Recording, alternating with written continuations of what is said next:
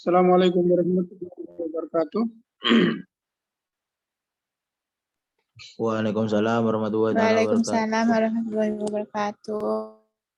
Alhamdulillah wassalatu wassalamu ala Rasulillah. Rabbi shrah li sadri wa yassir li amri wahlul 'uqdatam min lisani yafqahu qawli. Rabbi zidni ilman nafi'a warzuqni fahma. Saudara-saudara yang saya hormati, kita ketemu kembali di perkuliahan yang ketiga ini. Nanti kita akan membahas mengenai teori modernisasi. Sebelum kita mendiskusikan teori modernisasi, sebelumnya saya ingin memberikan kesempatan kepada saudara-saudara untuk menyampaikan dua hal yang menjadi tujuan dari pembangunan dan itu linier dengan tujuan kemerdekaan. Kalau di Indonesia berkaitan dengan tujuan berdirinya bangsa Indonesia yang ditandai dengan kemerdekaan Republik Indonesia. Silakan disampaikan satu persatu secara ringkas dan jelas sambil dibuka kameranya. Silakan saudara berbicara ya. Saya mulai dari mana ini, nggak ada yang open kamera ini.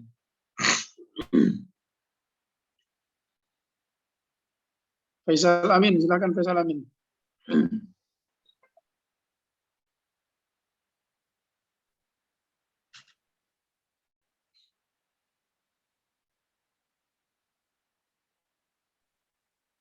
Tujuan pembangunan ya, Pak? Ya. Tujuan pembangunan adalah mewujudkan masyarakat yang adil dan makmur, yang merata dan material dan spiritual berdasarkan Pancasila, Pak. Itu, Pak. Dan tujuan itu sejalan dengan tujuan bangsa Indonesia yang terdapat dalam pembukaan Undang-Undang 1945 alinea 4, Pak. Apa bunyinya?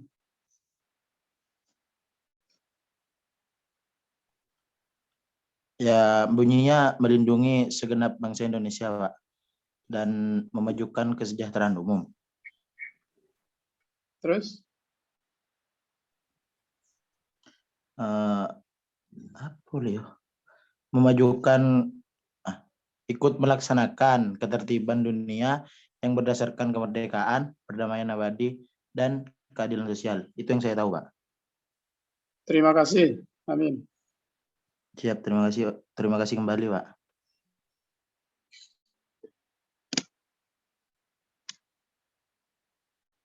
Ini nggak ada yang buka kameranya nih orang-orang. Masih sedikit, Pak, yang masuk, Pak. Sudah masuk 20 orang ini, cuma nggak ada yang hidupin kamera. Ayu Wulandari.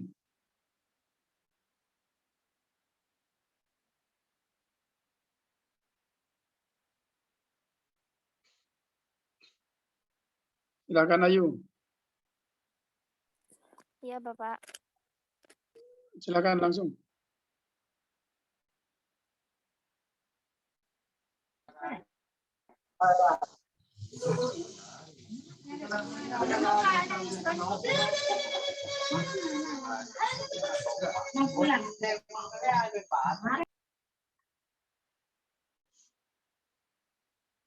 Silakan Wulan. Iya, Bapak. Tunggu, Bapak.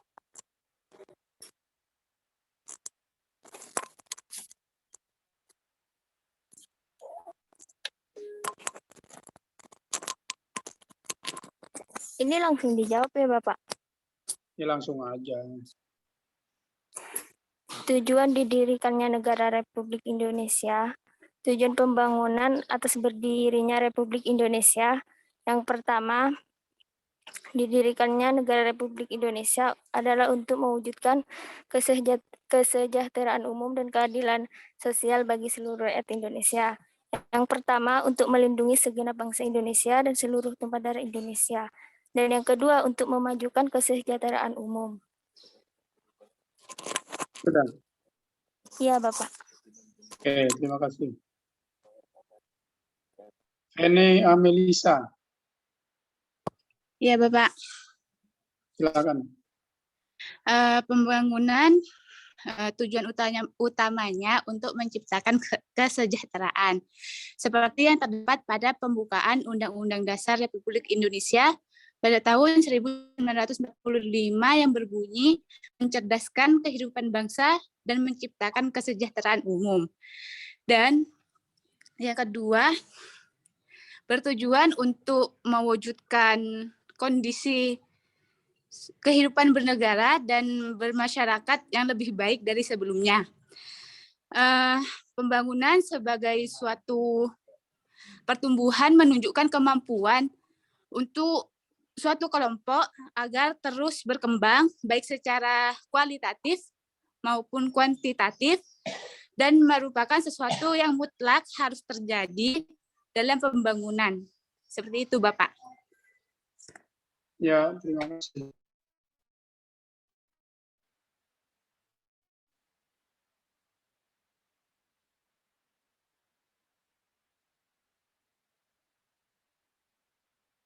Friska Ayu.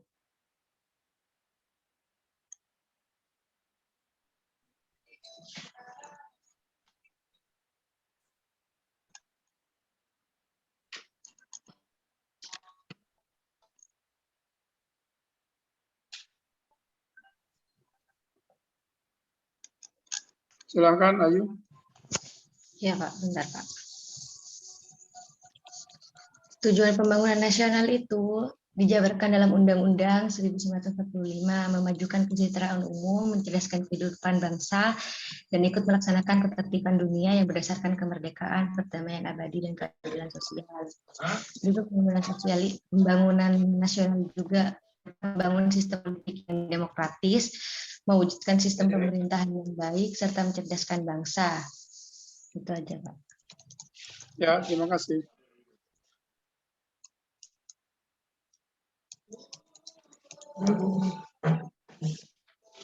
Nadia Istahatin.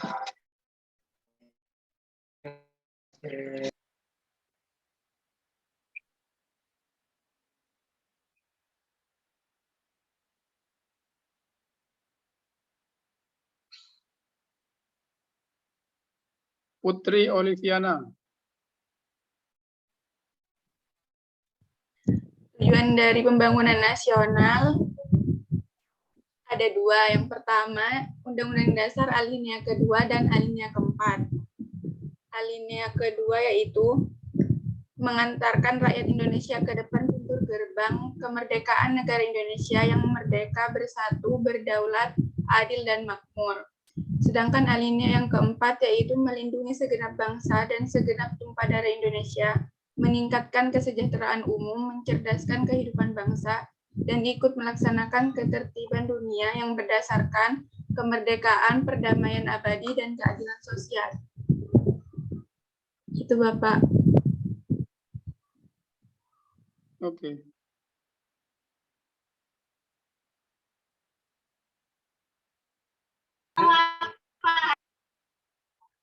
Hannatuz Zakia. Tujuan pembangunan ada dua, yaitu satu, meningkatkan daya saing dalam segala sektor di lingkup internasional. Sebab negara dengan sejumlah sumber daya yang ada itu perlu berkontestasikan di lintas global dengan melakukan pertunjukan bahwa negara progresif dalam segala aspek untuk menjadi produsen. Yang kedua, menunjang masyarakat yang lebih baik dalam segala aspek kehidupan. Dengan dalih bahwa negara hanya sebatas media daripada rakyat. Maka segala keuntungan dalam proyektivitas yang telah digelarnya agar berorientasi pada aspek-aspek dalam masyarakat.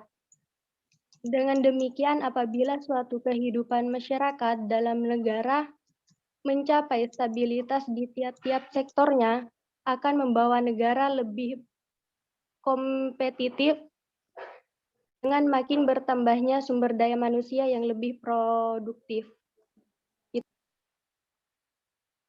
Oke, terima kasih.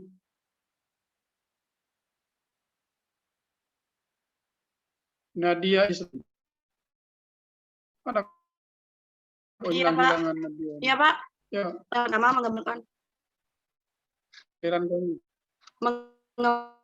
mengembangkan potensi yang kedua mempunyai keterampilan lebih.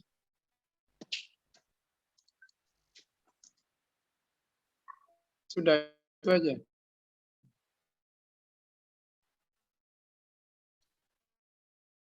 Untuk dijelaskan potensi yang dimiliki, pembangunan itu juga bermanfaat untuk mengembangkan potensi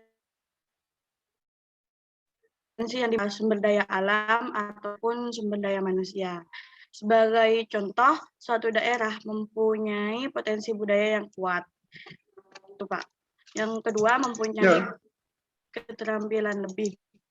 Pembangunan sosial budaya juga bermanfaat untuk membuat masyarakat setempat memiliki keterampilan lebih. Dengan adanya pembangunan, warga bisa memiliki akses lebih besar untuk melatih serta mengembangkan keterampilannya. Terima kasih, Pak. Oke, terima kasih. Ahmad Sofwan.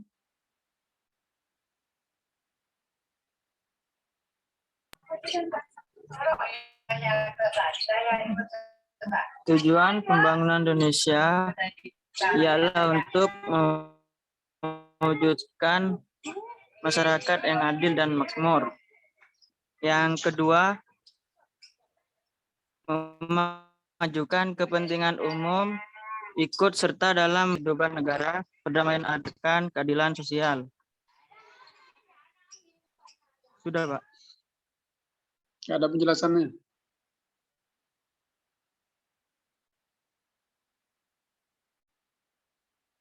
Ahmad Zaki.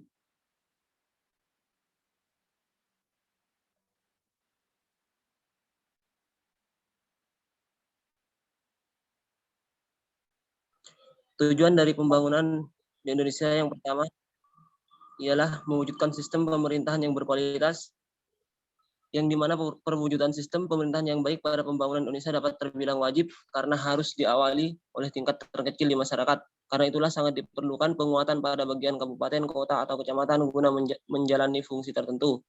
Yang kedua, percepatan dan pemerataan pembangunan di berbagai sektor, yaitu untuk menjamin kesejahteraan masyarakat. Cara yang dilakukan pemerintah Indonesia semakin digencarkan untuk pembangunan di berbagai sektor supaya bisa memenuhi kebutuhan dan meningkatkan daya saing dengan negara lain. Itu saja, Pak. Oh, oke.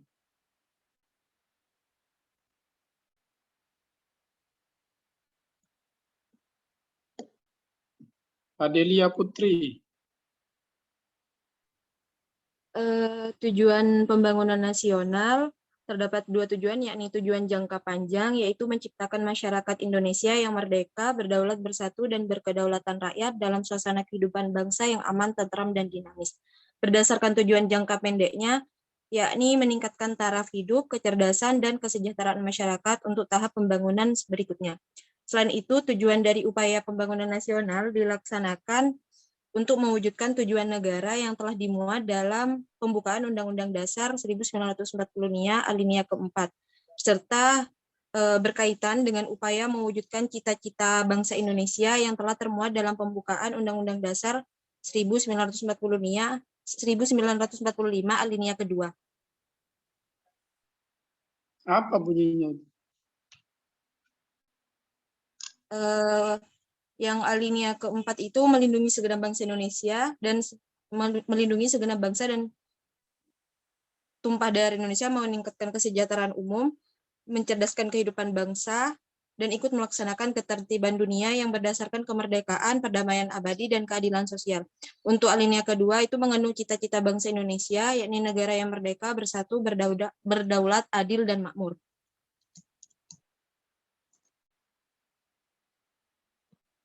Oke, terima kasih. Ana Hasanah. Ya, Bapak. Menurut saya tujuan pembangunan adalah untuk mewujudkan kemakmuran masyarakat melalui pembangunan perekonomian. Nah, pembangunan ini merupakan sebuah upaya untuk mengurangi tingkat kemiskinan. Tolak ukur keberhasilan pembangunan dapat dilihat dari beberapa hal, yaitu salah satunya adalah pertumbuhan ekonomi.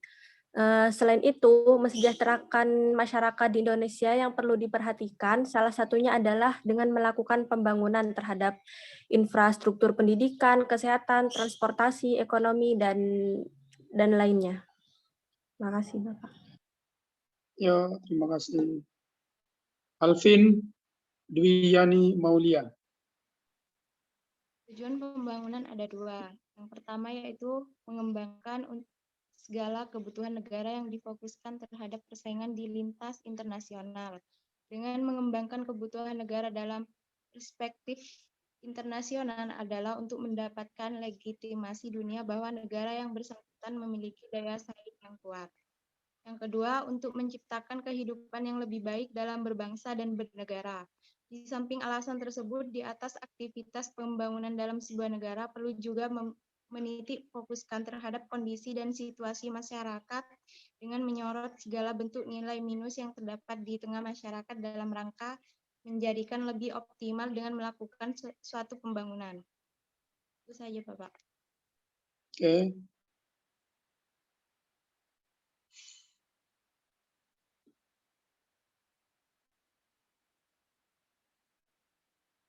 Hannatu Zakiyah. Saya sudah, Bapak. Sudah ya. Nunung Haryanti.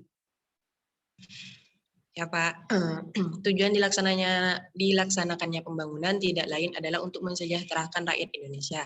Dari tujuan itu maka timbullah tujuan berikutnya, yakni tujuan pembangunan merupakan sebuah bentuk nyata dari kesadaran pemerintah terhadap masyarakatnya dengan berbagai aspek, seperti halnya sosial budaya, politik, maupun ekonomi. Misal aspek sosial budaya yakni pembangunan dalam hal sarana dan prasarana seperti pendidikan, di mana pembangunan dibutuhkan sebagai proses pemerataan di seluruh wilayah Indonesia. Terima kasih Pak.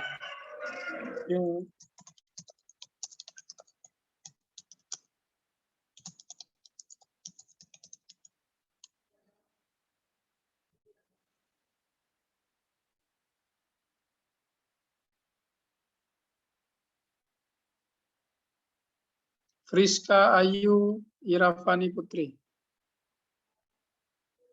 Saya sudah, Bapak. Sudah ya. Ulan Istihara. Iya, Pak. Tujuan dari pembangunan nasional yakni ada dua. Yang pertama Pancasila. Pancasila yang menjiwai seluruh pelaksanaan pembangunan nasional yakni sebagai pedoman dalam pelaksanaan pengawasan serta pemanfaatan hasil pembangunan nasional. Yang kedua yaitu tercantum dalam UUD alinea keempat. Telah tercantum untuk memajukan kesejahteraan umum, mencerdaskan kehidupan bangsa, dan juga melaksanakan ketertiban dunia. Sudah, Pak. Oke. Rafiatul Ilmiah. Tujuan pembangunan nasional ialah melindungi segenap bangsa Indonesia dan seluruh tumpah darah Indonesia, memajukan kesejahteraan umum, mencerdaskan kehidupan bangsa, dan ikut ketertiban dunia yang berdasarkan kemerdekaan, perdamaian abadi, dan keadilan sosial, serta mewujudkan cita-cita bangsa. Sudah. Sudah, Bapak.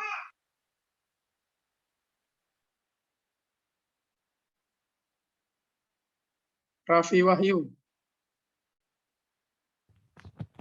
Tujuan pembangunan di Indonesia adalah membangun kesejahteraan rakyat, kesejahteraan masyarakat di Indonesia yang perlu diperhatikan, salah satunya dengan melakukan pembangunan terhadap infrastruktur, pendidikan, kesehatan, transportasi, ekonomi, dan lain sebagainya.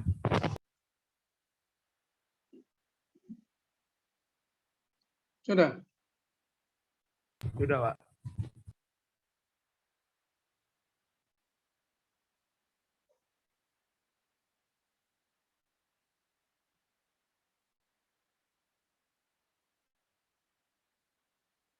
Indrawati.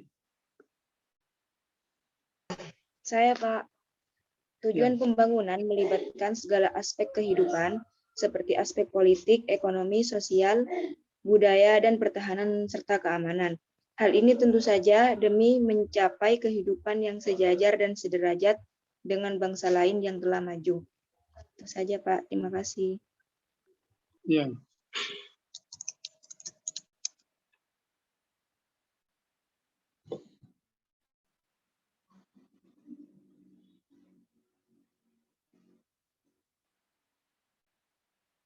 Kun fa'ana. Saya Bapak. Silakan. Tujuan pembangunan adalah untuk menyediakan dan menciptakan lapangan kerja yang berkualitas, dapat mendorong pertumbuhan ekonomi daerah, serta dapat membangun berbagai variasi kesempatan kerja yang lebih banyak di daerah tersebut. Selesai, Bapak. Oke.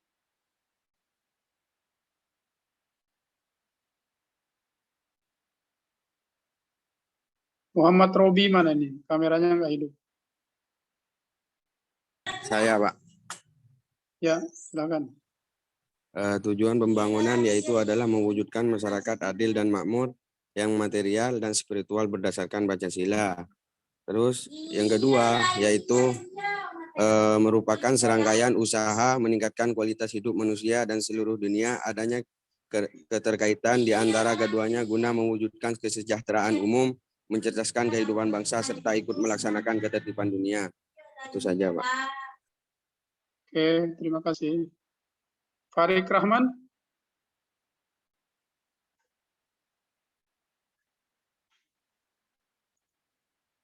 Saya, Bapak. Silakan. Tujuan pembangunan adalah untuk mewujudkan kemakmuran masyarakat melalui pengembangan perekonomian.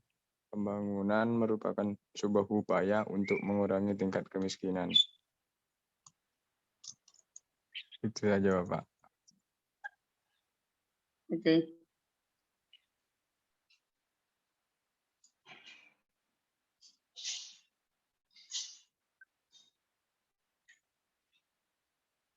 Puspitasari. Ya, Bapak. Ya, silakan. Jadi tujuan pembangunan bisa ditinjau dari beberapa hal. Yang pertama itu tujuan dari segi ekonomi. Karena negara maju adalah negara yang mempunyai ekonomi yang tinggi dan stabil. Serta yang kedua itu pembangunan dapat ditinjau dari segi sosial. Pembangunan sosial sebagai satu pendekatan pembangunan ditujukan untuk meningkatkan kualitas hidup manusia secara menyeluruh, yaitu kebutuhan sosial. Dalam konteksnya pembangunan sosial lebih berorientasi pada prinsip-prinsip keadilan sosial daripada pertumbuhan ekonomi. Beberapa program yang menarik perhatian dalam pembangunan sosial antara lain seperti pendidikan, kesehatan, ketenagakerjaan, dan pengentasan kemiskinan. Seperti itu, Bapak. Oke, terima kasih. Rizka Berliana.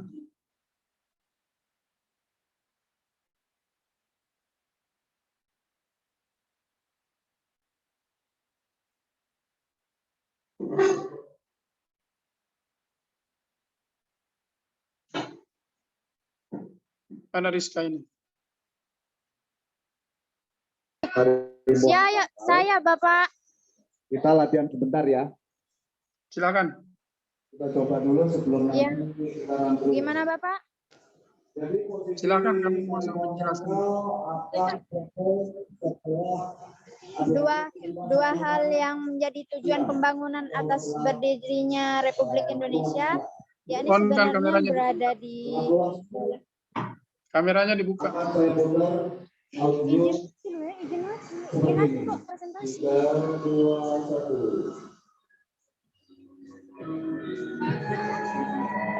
Dua hal yang menjadi tujuan pembangunan atas berdirinya Republik Indonesia, yakni sebenarnya berada di dalam pembukaan Undang-Undang 1945 alinea keempat, Bapak.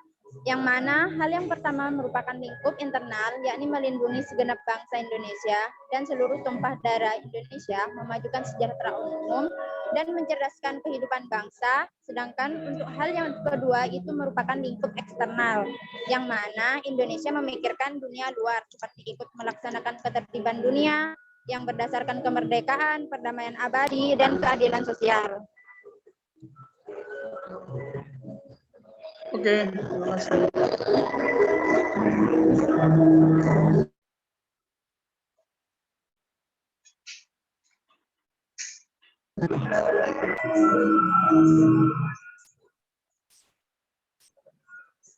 Sudah, Bapak. Puspitasari sudah ya? Ya. Kenapa, Bapak? Sudah, Bapak. Puspitasari sudah ya? Sudah, Pak. Barusan, Pak. Oh, sudah. Oke, kita akan masuk ke materi Rizka perkuliahan Berliana sudah ya, Bapak? Siapa? Suruh lemah remaja. Aduh lah, kan. Cari.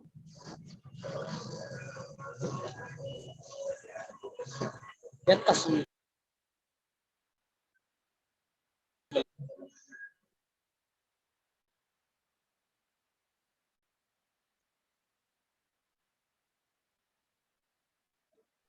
Bapak suaranya putus-putus. Putus-putus suara saya?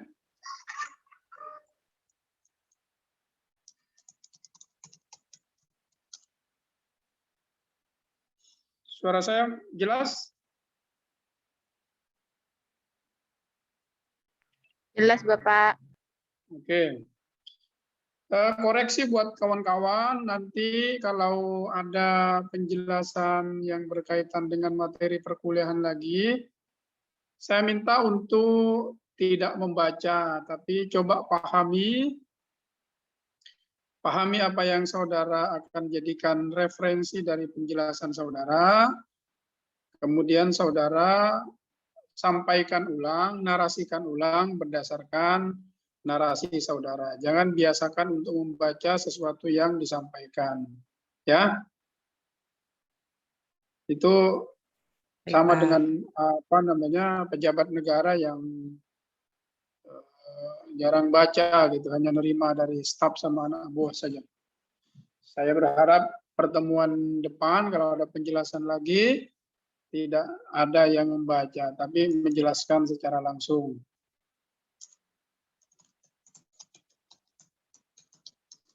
Oke, silakan ditampilkan materi teori modernisasi kepada teman yang jadi admin, biar kita sama-sama bisa melihat.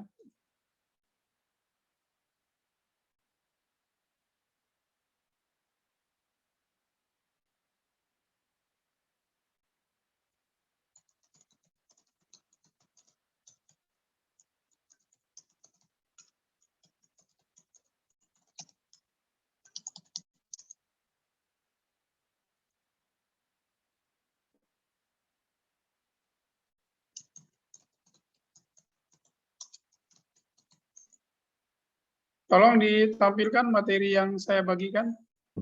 Bapak, itu Bapak yang jadi hostnya, jadi tidak bisa. Saya nggak bisa ini, soalnya pakai HP saya. Ambil alih aja lagi hostnya. Saya nggak bisa menampilkan karena pakai HP saya.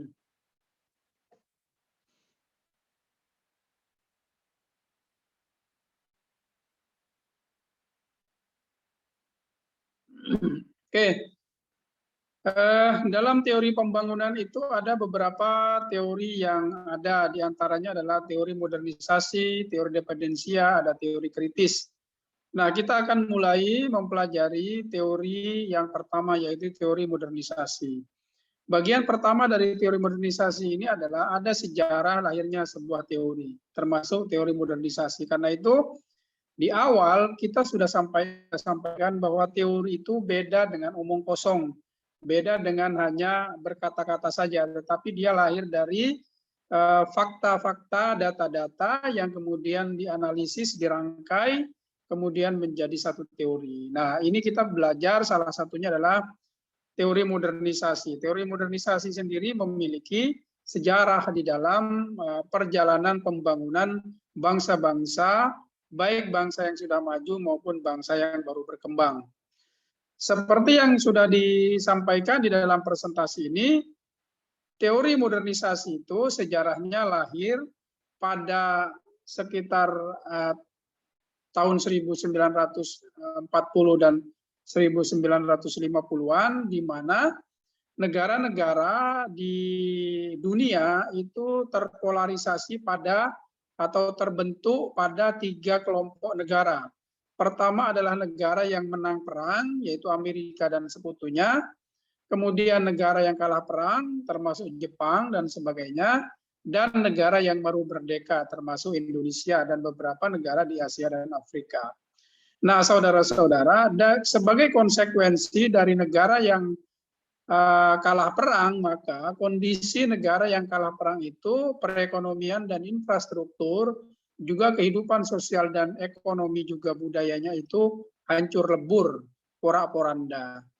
Nah, negara yang menang perang kemudian ingin membangun negara yang kalah perang sebagai bentuk pertanggungjawaban dari kondisi yang rusak setelah Perang Dunia Kedua itu.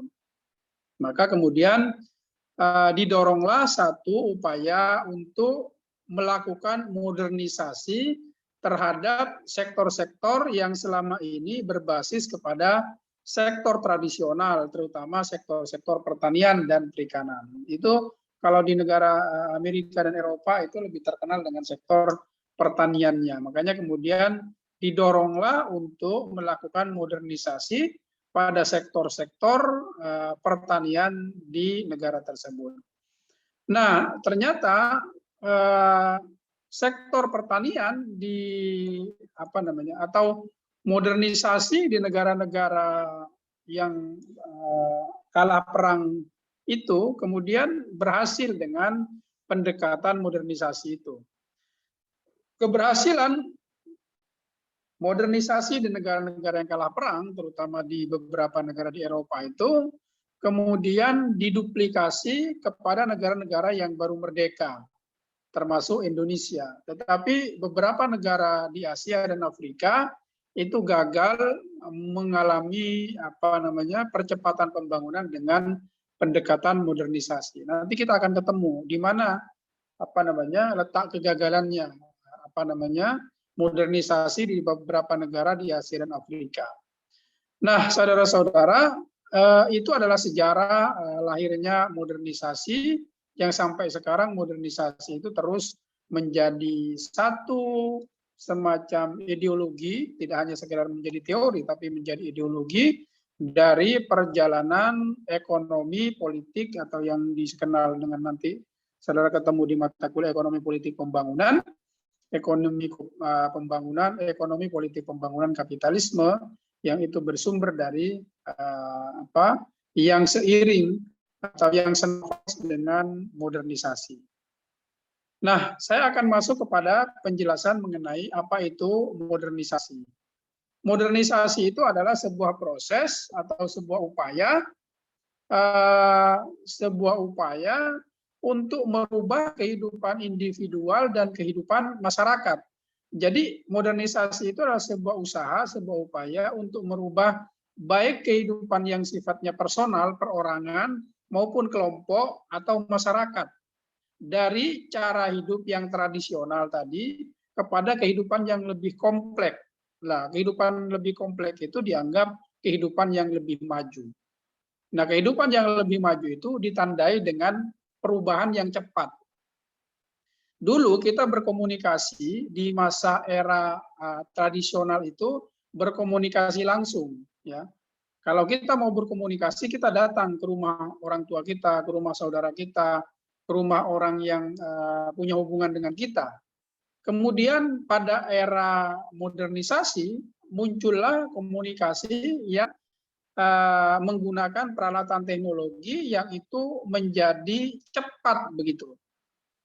Kita tidak perlu datang ke rumah orang tua kita untuk berkomunikasi, cukup menekan nomor telepon rumahnya saja. Jadi cepat, kita tidak perlu harus datang ke ke rumahnya.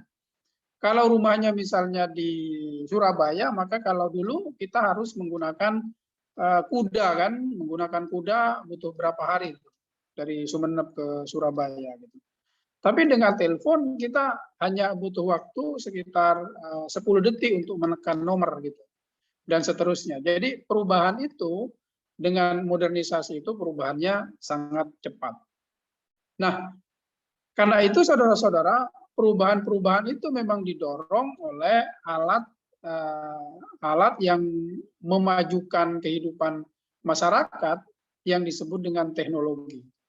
tetapi memang melibatkan hal-hal yang bersifat kompleks gitu. Jadi tidak hanya variabel bahwa kita naik kuda kita sudah bisa berkomunikasi, kita harus membeli pulsa, kita harus memasang menyediakan sejumlah peralatan yang harus yang adaptable dengan teknologi itu gitu, seperti telepon misalnya. Kalau kita ingin berkomunikasi dengan saudara kita yang ada di Amerika misalnya menggunakan video conference atau yang sekarang disebut dengan video call itu tidak bisa dengan HP yang 2G gitu, 2G gitu kan, yang hanya bisa menampilkan suara sebagaimana dulu telepon rumah, tapi harus menggunakan 4G dan itu butuh teknologi yang bisa bisa adaptable, ada kameranya. Jadi kompleks begitu saudara-saudara. Tidak hanya satu bagian, tidak hanya satu perangkat, tapi juga melibatkan perangkat dan teknologi lain. Misalnya ada satelit gitu kan. Kemudian ada perusahaan seluler. Kalau dulu kan kita nggak tinggal naik kuda kita ya sudah jalan aja, nyampe ke rumahnya saudara kita kan. Yang penting tahu alamatnya.